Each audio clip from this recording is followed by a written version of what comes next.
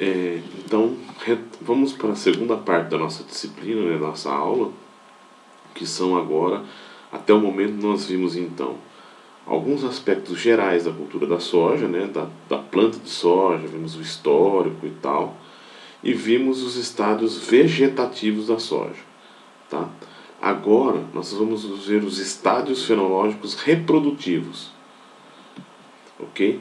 Bom, antes de falar um pouquinho dos estádios, a gente vai falar de algumas características morfológicas que são importantes para que a gente consiga separar então uma cultivar de outra. Uma dessas características são os hipocótilos. Né? O que é o hipocótilo? É aquela região do caule próximo, né, ao solo. Tá? Então a gente tem plantas de soja com hipocótilo roxo e plantas com hipocótilo verde. Tá? Outra coisa também são as flores. Né? As flores da cultura da soja ou são rosa ou branca. Tá? Então muitas vezes também dá para vocês diferenciar uma cultivar, né, a identificação de cultivares, por essa coloração. Esses genótipos são muito utilizados no melhoramento genético, tá? Onde eles conseguem diferenciar as cultivares e tem as diferenciações do genótipo, se tem algum tipo de herança ligada a esses genótipos e tudo mais. Ok? Só para a gente passar aí agora para a parte reprodutiva, que a gente vai ver das flores. Né? Aqui a gente já está vendo algumas flores já de soja abertas, né, na antese. Tá? Lembrando sempre, tá, que a soja é uma cultura autógama, tá? Tem aí em torno de 98% de autogamia, ou seja, a planta, a flor se autofecunda. Tá? Então você não tem polinização cruzada, como por exemplo o milho. O milho ele é alógamo, não é isso? Por quê? Porque o pólen de uma planta atinge o estilostigma de outra planta e vai tendo a polinização cruzada. Então você cruza genes, né? Você faz uma polinização cruzada, tá? Você consegue fazer esses cruzamentos. Para a soja não. Então tem o fenômeno inclusive da cleistogamia. O que é a cleistogamia? A cleistogamia é que quando a flor da soja entra em antese, ela já entra em antese polinizada. Ok? Então a soja é autógama. Tá? Bom, então vamos ver um pouquinho da fase reprodutiva 1, o R1. Tá? Como eu falei para vocês, em R1 nós vamos ter os aspectos de florescimento. Tá? Normalmente surgem então os botões florais em duas gemas aí da planta. Tá? Como eu falei para vocês, as flores podem ser branca ou roxa. Tá? Nesse momento, pessoal, aí vai depender um pouquinho lá daquela questão lá se é uma planta determinada, semideterminada ou indeterminada. Mas nesse momento, boa parte do desenvolvimento vegetativo da cultura já ocorreu. Né? Se ela for determinada, lembra lá, né? Pode ser que só mais 20% da cultura, do crescimento vegetativo é o que vai ocorrer. Tá? O resto já foi. Tá? Então vamos dizer assim que nesse momento em R1, a planta está quase que no seu máximo desenvolvimento vegetativo. Ok? Normalmente ela está quase atingindo 100% do desenvolvimento vegetativo. Nessa fase R1, duração de 1 a 7 dias, normalmente é em torno de 4, 5 dias. Tá? Vai depender da cultivar e do local onde estiver presente essa planta. Tá? E olha o consumo de água aqui já. Tá? Em torno de 6,2 milímetros por dia. Então já tem uma necessidade bastante grande aí de água. Tá?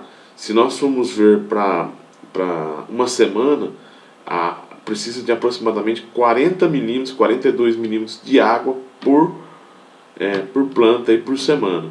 Tá?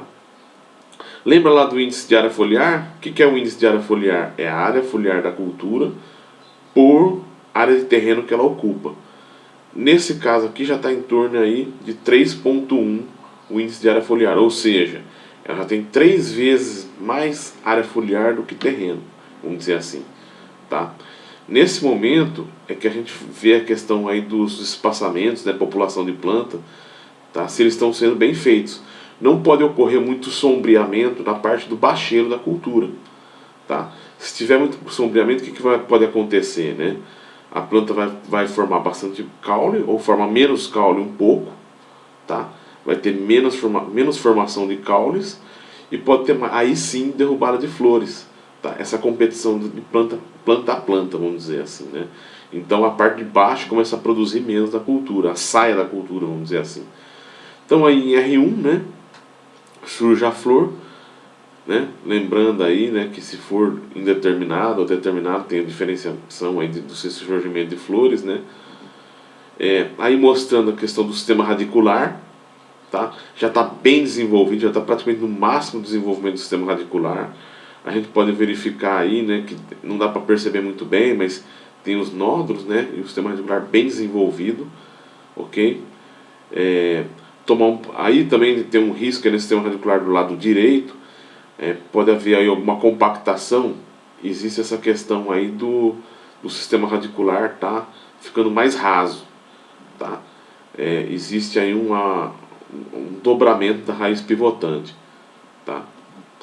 Bom, uso diário de água então aí que a gente pode verificar, né?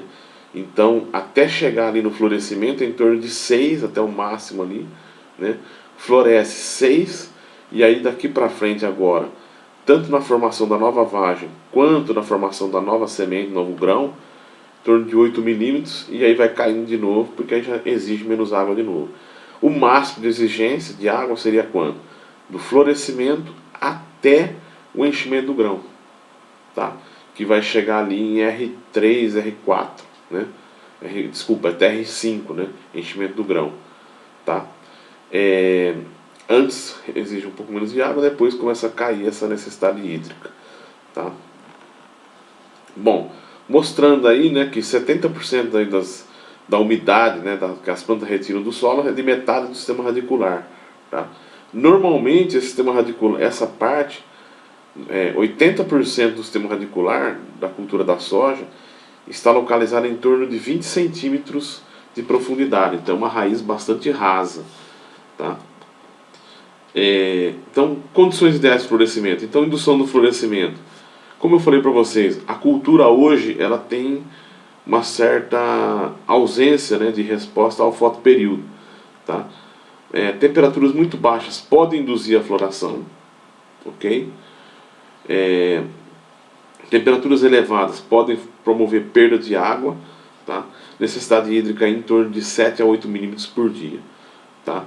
E se não tiver a água, né, a partir principalmente aí do florescimento até o R6, né, esse seria o período mais crítico. Se não tiver aí de 7 a 8 milímetros por dia, você pode ter perdas na produtividade, tá? Então R1 é o estágio então que você tem a formação dos primeiros botões florais ali na planta, tá? Tá começando a formar, às vezes começa já a abrir a flor. É esse primeiro estágio do florescimento. R2 é o segundo estágio do florescimento. São quando as flores agora estão abertas. Já aconteceu a cleistogamia, né? Muitas vezes elas já abrem polinizadas, né? 98% dos casos, né? Ok? E você tem aí agora o pleno florescimento, surgindo várias flores na planta, tá? Duração de 5 a 15 dias, índice de área foliar de 3,3 até 5,2, né? Que é um índice de área foliar até alto, né?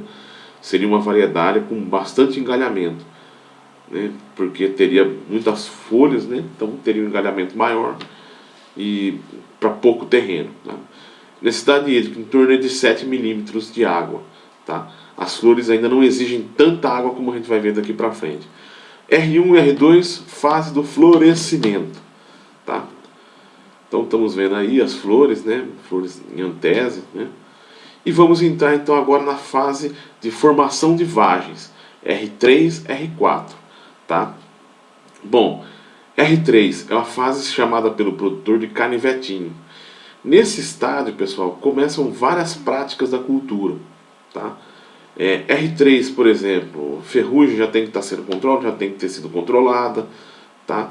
R2, a partir de R1 tem o surgimento da falsa medideira, das lagartas, né? Principalmente no início do florescimento, aí o início é quando tem muita lagarta no campo, tá? O controle tem que estar sendo bem feito aí para você não prejudicar a tua produtividade, né? Principalmente que agora você já tem o grão, né, já tem a necessidade desses fotoassimilados estarem sendo deslocados para o grão. Os fotoassimilados das folhas estarem sendo deslocados para os grãos. Tá? É interessante a gente perceber também o seguinte, que em R3, pessoal, a vagem, todas as estruturas da futura vagem já estão formadas. Tá? Só que elas estão todas como? Sem água, né? As células estão todas dobradinhas uma sobre a outra. Tá? Então, se não tiver água, você não tem a tonacidade da célula. Tá? Então, R3, né? Então, verificando aí, começa a formar os canivetinhos. São aí vagenzinhas com 2 a 5 milímetros. Tá? As vagenzinhas bem pequenininhas, R3. R3, e aí o R4. Tá? O que acontece em R4? Necessidade hídrica, 8 milímetros por dia. Se a gente colocar aí 8 vezes 7, seria em torno aí de 56 milímetros por semana de água que a cultura exige para a formação da nova vagem. Tá? Então, muita água. Então, enchimento de vagem, crescimento de vagem. Tá? Vai indo água para crescimento de vagem. Os grãos estão bem pequenos ali dentro ainda. Tá? Então, R3, canivetinho, vagens com 5 milímetros. R4, as vagens já estão maiores. Tá? E aí, aqui se fosse uma variedade determinada, né? Porque as variedades determinadas, os estádios fenológicos, eles são mais concomitantes. Se fosse uma indeterminada, fica mais difícil de você conseguir definir, né? Você poderia ter vagem já em R4, vagem em R3, flor, tá? E ramos ainda sem flores. Ok? Bom, então R1, R2, florescimento, R3, R4, crescimento da vagem, né, desenvolvimento da vagem, R5, R6, enchimento do grão. Tá? Então são os estados que você vai ter o enchimento do grão. Então nessa fase também, necessidade hídrica muito grande, se não tiver água, qual fator de produtividade é que nós vamos perder? Né? Então vamos pensar um pouquinho aqui, quais são os fatores de produtividade da cultura da soja? Tá? Então, número de vagens, tá? Número de grãos por vagem e a massa de 1000 grãos. Então esses são os 3 fatores de produtividade da cultura da soja. Número de vagens, número de grãos por vagem e massa de 1000 grãos. Então, por exemplo, às vezes uma variedade, por exemplo, a gente tem as variedades abonos, por exemplo. Abonos é uma variedade da Brasmax, ela não tem tanto engalhamento, tá? Então ela tem menos vagens por planta, tá? Porém, ela possui mais grãos por vagem e ela tem um fator muito interessante que é o PMS, que é o peso de 1000 sementes. É o peso das suas sementes. Essas sementes pesam, tá? Em torno aí de 220, 230 gramas por 100 sementes, tá? Por 1000 sementes, desculpa, 220 gramas por 1000 sementes, ou 22 gramas por 100 sementes, tá? Então tem um PMS grande, tá? Já tem outras variedades da TMG, de outras empresas, que tem um PMS mais baixo, tá? O PMS mais baixo, porém possuem mais vagens e mais sementes por vagem, tá? Então uma coisa às vezes compensa a outra, tá? A Desafio aí que surgiu aí há alguns anos, tá? É uma variedade com bastante PMS, tá?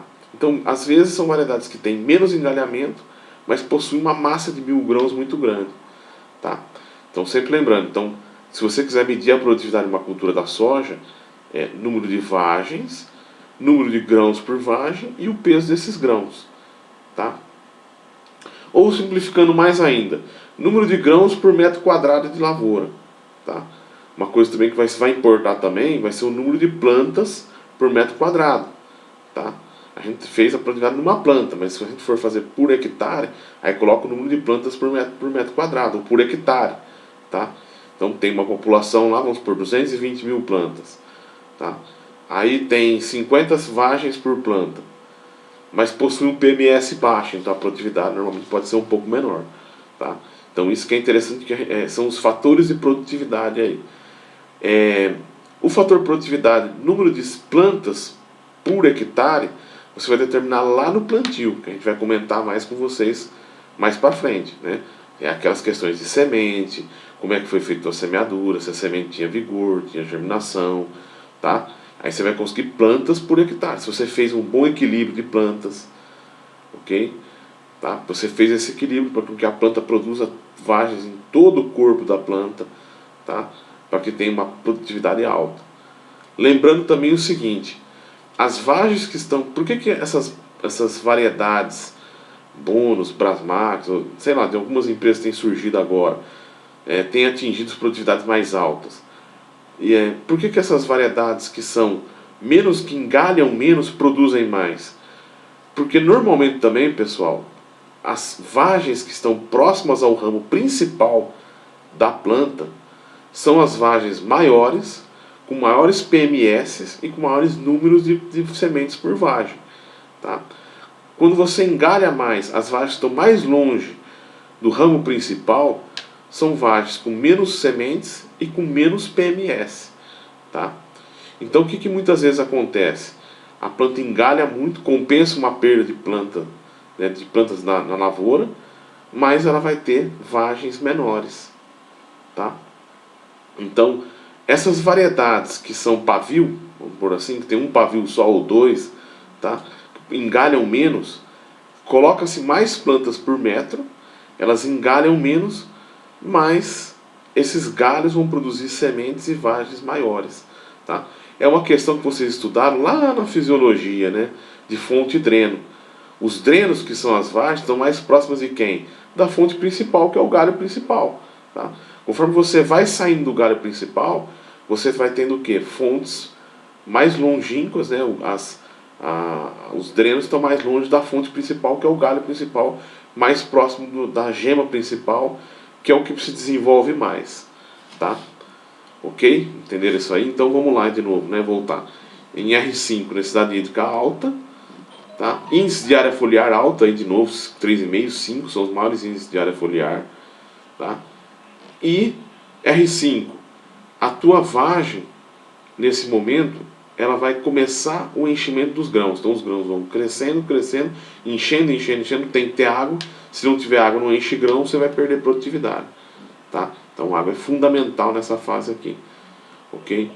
E vamos chegar a R5 até chegar no R6, que seria aproximadamente essa planta também aqui, né? O máximo crescimento aí do grão. Tá? A vagem já não cresce mais, ela já cresceu em R4. Pode crescer um pouco devido ao crescimento do grão. Tá? Então R5. E essa escala do Fairey-Cavendish, 1977, ela sofreu uma pequena alteração também aqui em R5, pessoal. Tá? Em R5, Hitch, 1977, fez essa subdivisão. Tá? Ela fez o quê? Ele dividiu o crescimento dos grãos em vários estádios, de acordo com esse enchimento. Tá? Então a gente está vendo aqui nessa escala, né? Por quê? Porque é tão importante essa fase, que é o enchimento de grão, que considerou-se que tinha que ter subdivisões. Tá? Por quê? Porque aqui, pessoal, tem várias outras práticas culturais. Tá? Então você pode falar lá, o meu fungicida foi em 5.2, então você pode especificar mais ainda, porque é uma fase de muitas práticas culturais. Qual outra prática cultural que tem que ocorrer lá desde o R3, R4 e se intensifica aqui em R5, R6? Controle do percevejo. Nós vamos ver a parte de pragas, né? O controle de pragas e tudo aqui na disciplina. Então R5, principalmente ali do R5.0, R5.1 até o R5.5, controle de percevejos. Tá? Aqui a gente tem que ter pouco percevejo mesmo por metro, né? No caso aí por pano de batida, né, por metro linear, seria no máximo um percevejo, no máximo meio percevejo, né? Aqui até menos do que meio percevejo por metro, para você proteger o que? A sua lavoura aqui. Aqui, pessoal, além da massa de grãos, vai ser a qualidade de grãos. Tá? Se o percevejo atacar nesse ponto aqui, a qualidade do teu grão, ele fura, injeta toxinas, ele diminui o tamanho, o peso do grão, injeta toxinas, faz com que ocorram os defeitos do grão, que vai prejudicar a qualidade do teu grão lá na frente. Tá? Então nessa subdivisão do HIT, a gente tem a 5.0, 5.1, 5.2, 5.3, 5.4 e 5.5. O que isso representa? Né? Dentro da fenologia aí, né? 5.1, até o crescimento, o grão crescer até 10%. do seu crescimento. Ganhou até 10%. 5.2 até 25%. Tá? 25% do enchimento do teu grão. 5.3 até 50%. Tá? 5.4 até 75% do enchimento do grão. E 5.5 até 100%. Chegou no 100%, entra em R6. Tá? Ok? Então a gente teria aí uma vagem, né, em R.6, R6, né? Terminando R5.5, entrando em R6, seria uma vagem com o grão estaria aí com 60, 70% de umidade, bastante umidade, tá? E a vagem aí com três sementes, né? Comum aí para soja, tá? E com aproximadamente aí 60 milímetros, 6 centímetros, né? E totalmente formada, ok? Então a gente tem aí a vagem totalmente formada, o grão, né? Então R5 e R6, o enchimento do grão, tá? Então só para mostrar para vocês aí os grãos, as vagens todas verdes, com os grãos completamente desenvolvidos agora. Desenvolveu completamente o máximo de água possível. O que vai acontecer daqui para frente? O grão vai perder água, tá? Em R5 e R6 ocorre um grande deslocamento, né? Nessa fase aqui, o deslocamento de fotoassimilados, nutrientes, hormônios para a vagem é o máximo possível. Então é nesse ponto aqui que não pode falhar nada. Tem que ter água na planta e essa água tem que estar levando os nutrientes e hormônios tudo para as sementes lá da planta. Tá? Bom, aí nós vamos começar a entrar onde agora? Nos próximos estados fenológicos. O R7 e o R8. Tá? Então, R1, R2, florescimento, R2, R3, formação das... R1, R2, florescimento, R3, R4, crescimento da vagem, R5, R6, enchimento de grãos. Vamos entrar agora em R7 e R8. Tá? O que é R7 e R8? É maturação. Nesse ponto agora, a necessidade hídrica começa a diminuir, né? Vai para 5, 4, 3, a necessidade não exige tanta água assim, mas, tá? Por quê? Porque já tudo foi deslocado para lá. Ainda está deslocando alguma coisa. E vai começar um amadurecimento. R7, pessoal, considera-se quando ocorrer a presença de pelo menos uma vagem amarela no corpo da planta. Tá? Então entrou em R7. E R8 seria o momento então em que as vagens agora maduras, o semente começa a se desligar já da vagem. Você tem poucas vagens agora amareladas, mas sim mais amarronzadas. A semente já desligou da vagem, tá? Então você teria já o desenvolvimento máximo da semente. Olha aí que interessante, né? De R5, quando o grão ainda está pequenininho, ainda aqui provavelmente R5.1, né? Até o R8, tá? Olha que interessante, né? Em termos de tamanho de grão, o grão cresce o máximo em R6, fica parecendo um feijão, vamos dizer assim, né? O grão de soja. E de R6 em diante ele vai fazer o quê? Perder água e se desligando da planta. E em R8 ele está pronto para ser colhido aí, tá? Já está todo seco, tá? E se a tua variedade não tiver deiscência natural, que é o que acontece hoje com a variedade de soja, né? Antigamente as variedades de soja tinham uma deiscência natural muito grande, né? Até hoje a gente ainda tem, por exemplo, para feijão, algumas variedades têm essa deiscência, né? O que é deiscência? Abertura natural, tá? A soja já está mais difícil, isso devido ao melhoramento genético também, tá? Então, a vagem está ali, tá? O grão já está seco, você sente já os grãos soltos na vagem, tá? Significa que já pode ser feita a colheita. Tá? Então, R7. Alguns autores consideram o R9 o quê? É quando o grão está pronto mesmo, né? Colocam mais aí o R9. Tá? Seria mais um estádio fenológico aí. Então, do R7 amadurecimento, a vagem começa a amadurecer, né? Uma vagem amarelada na planta, tá? Até que você tenha a formação toda a secagem, a saída da água do grão, todo o resto do desenvolvimento, né? E a gente chega num ponto de maturação fisiológica, né? Que a semente fica no seu máximo fisiológico, vamos dizer assim. Se forma a semente, no R8, tá? E aí aquele momento que ela vai se desligar. Ali é o, PMF, né? Ponto de maturação fisiológica, que a semente está apta ali para germinar no seu máximo, né? Vamos dizer assim. Tá? Bom, aqui, pessoal, mostra de novo todos os estados fenológicos, agora incluindo o que? Uma outra subdivisão, também do HIT, do R7. Tá?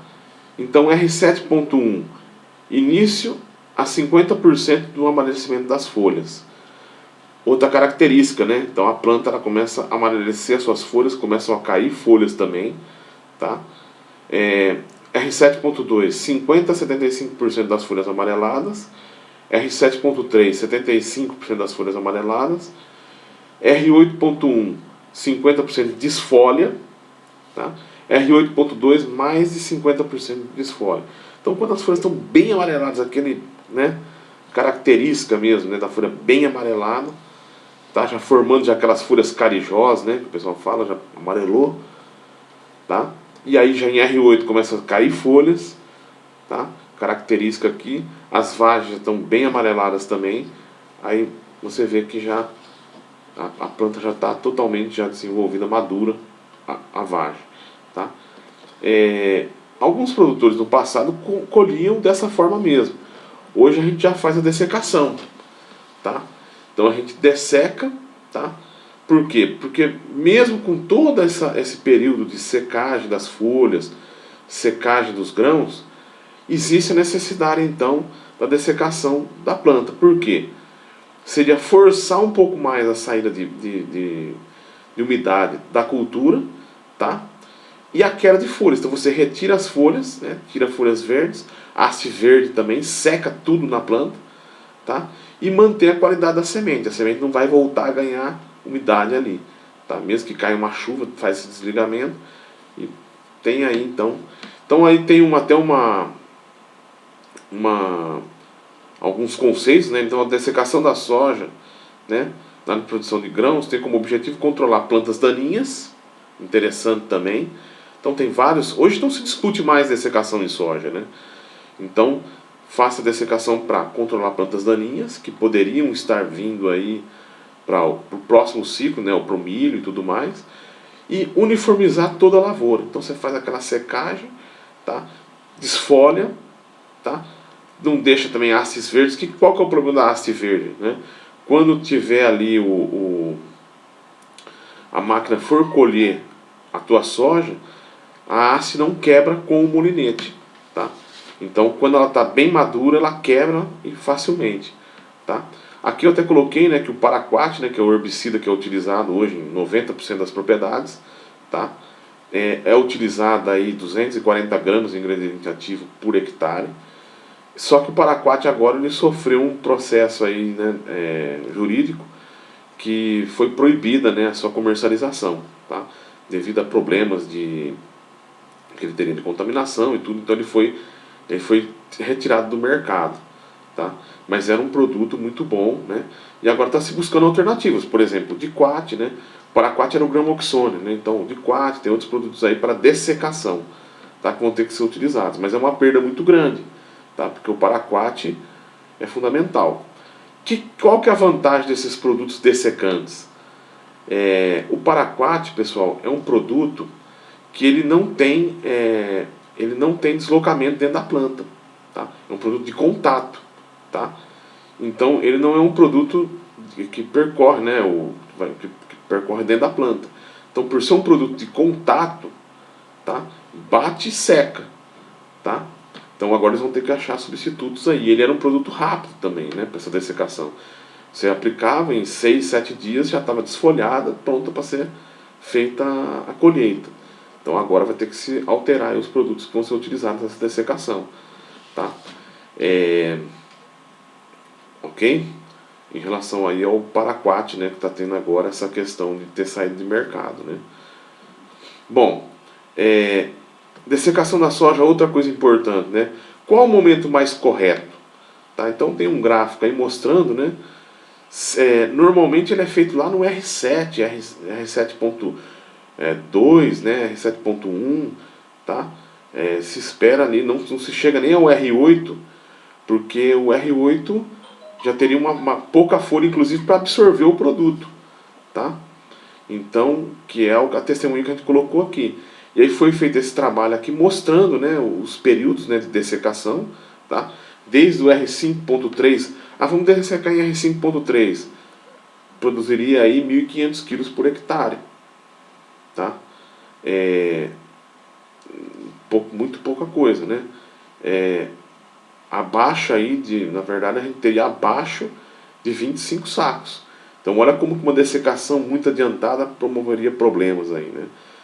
Quando você deveria fazer uma dessecação adiantada dessa forma, né? Só se você tiver uma lavoura muito grande e você vê que não tiver maquinário para colher nada, tiver que escalonar, né?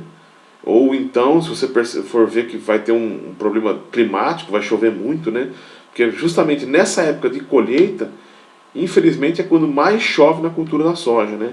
A soja já não tem tanta exigência de água e é quando mais chove, né?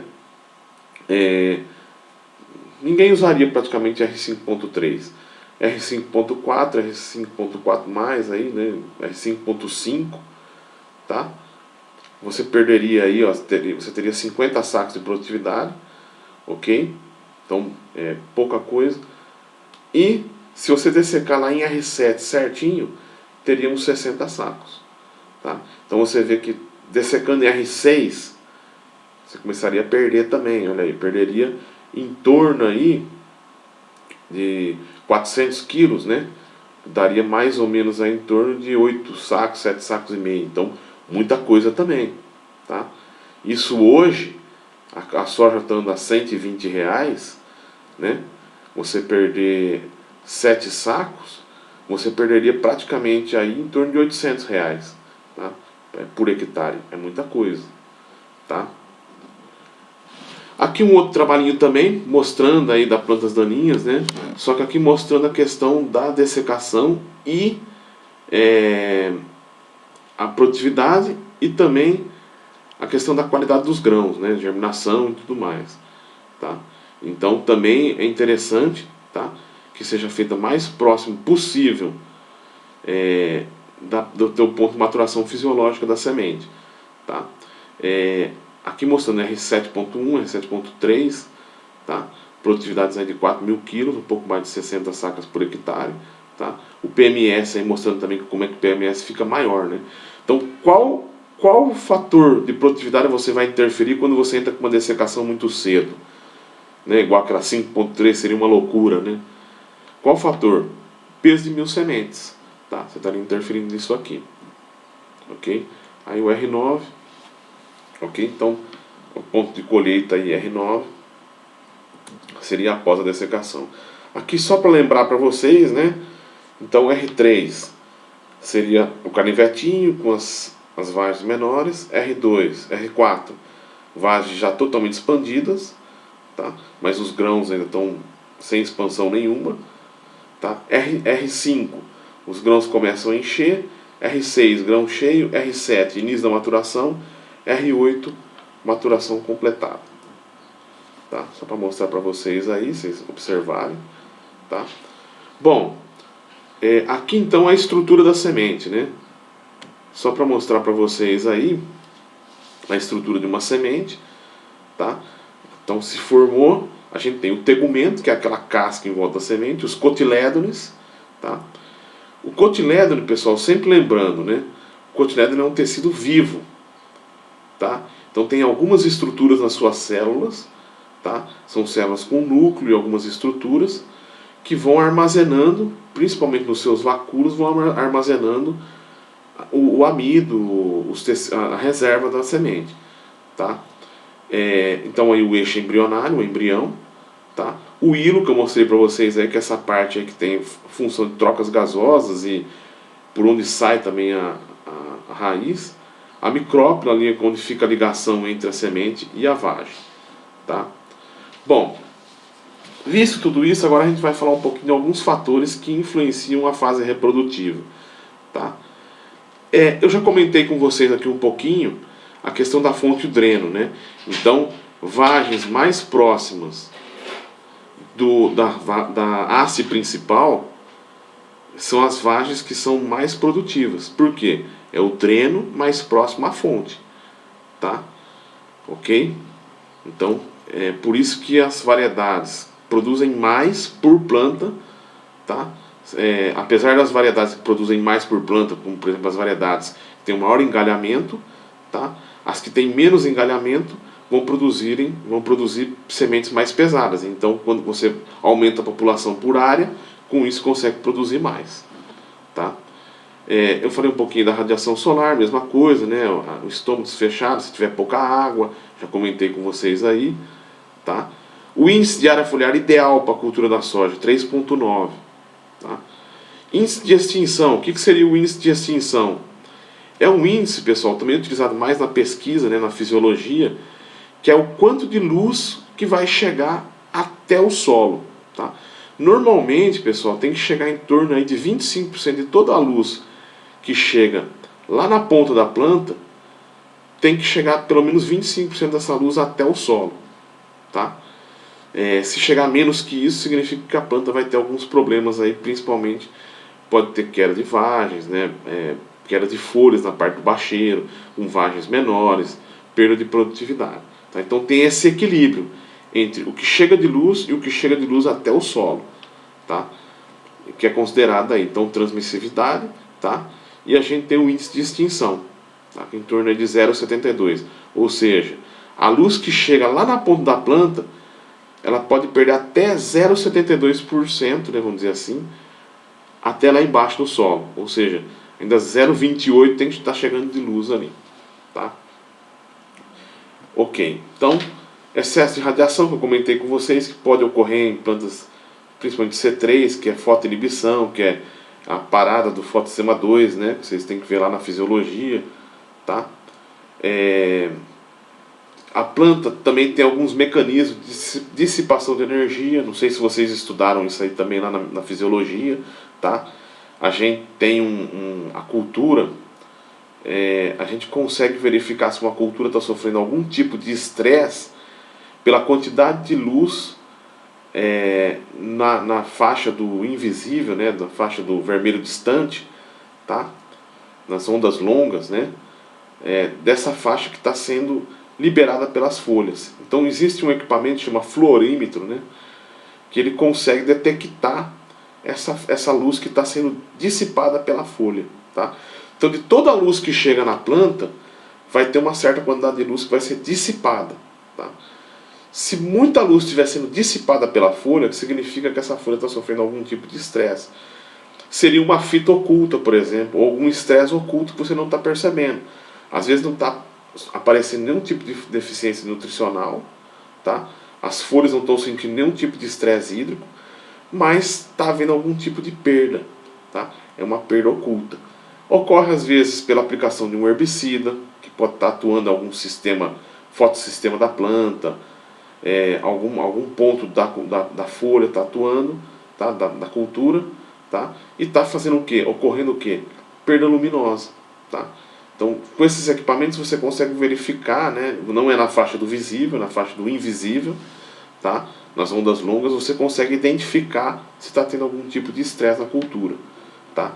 Isso já seria mais para a parte de agricultura de precisão, se faz esses estudos, tá? Estudando essa luminosidade da cultura nas faixas do invisível aí, né? Do ultravioleta, tá? Para quê? Para conseguir identificar essa perda luminosa. Tá? Então é um estudo de fluorescência. Né? Então quando a clorofila se excita, ela permite que um fóton excite e ele tem que voltar ao seu estado base. Se esse fóton de luz lá na fotossíntese ele não retornar rapidamente, significa que a planta está perdendo energia. Tá? Esse fóton está muito excitado e está perdendo energia. Por quê? Essa energia não está sendo transformada em quê? Em carboidrato. Tá? Só que eu acho que vocês devem ter visto lá na fisiologia, né? Só para mostrar para vocês aí que pode estar ocorrendo esse tipo de perda. Um composto que auxilia também na evitar essas perdas por luz são os carotenoides. Tá? Os carotenoides estão comentados aí para frutas, né? Que a gente tem que consumir carotenoides e tal. É justamente isso, eles neutralizam esses oxigênios reativos, tá? E fazem com que a cultura ou a planta consiga maximizar a produção de fotoassimilados, clorofila com fotoassimilados, tá? Bom, alguns problemas, né, que podem ocorrer aí. Déficit hídrico, né, como eu já falei para vocês também no período reprodutivo, fechamento de estômatos, reduz fixação de nitrogênio, reduz brotações, a polinização pode ser perdida, abortamento de flores, tá? Formas de tolerância, sistema radicular profundo, o ajustamento osmótico, mas que vai perder também a assimilação de CO2, tá? Enrolamento de folhas, quando você vê folha de soja ali enrolada, ela está dando um jeito de segurar umidade e perder menos umidade e acabar por produzir mais, né? Tá? Bom, uma outra coisa, pessoal, é o fotoperíodo. A gente comentou lá no início da aula, né, que a soja ela tinha uma resposta muito grande ao fotoperíodo, né, aos dias curtos, a partir de 13 horas aproximadamente, tá? A soja florescia, era muito sensível, tá?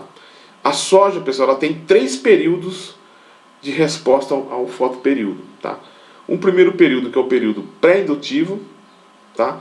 A planta não é influenciada, é o período juvenil, é um período pequeno, né? No início era um período pequeno. A fase indutiva, tá? A planta é afetada pelo fotoperíodo. E a terceira fase, que é a fase pós-indutiva. Então a planta ela já não é mais afetada por nada, ela floresceu e já vai começar a produzir vagens, tá? Então a soja, pessoal, é uma espécie de dias curtos, ok? Então variedades muito sensíveis podem correr esse risco.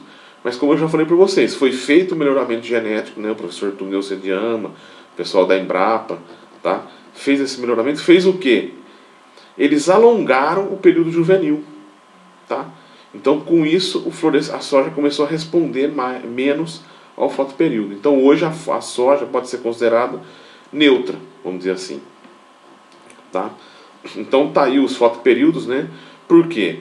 Nós pegamos a nossa região aqui, qual que é o nosso fotoperíodo aqui? Normalmente é sempre abaixo de 13, né? Nós não temos aqui, como em outras regiões, dias mais longos e noites mais curtas, né? Vamos dizer assim, tá?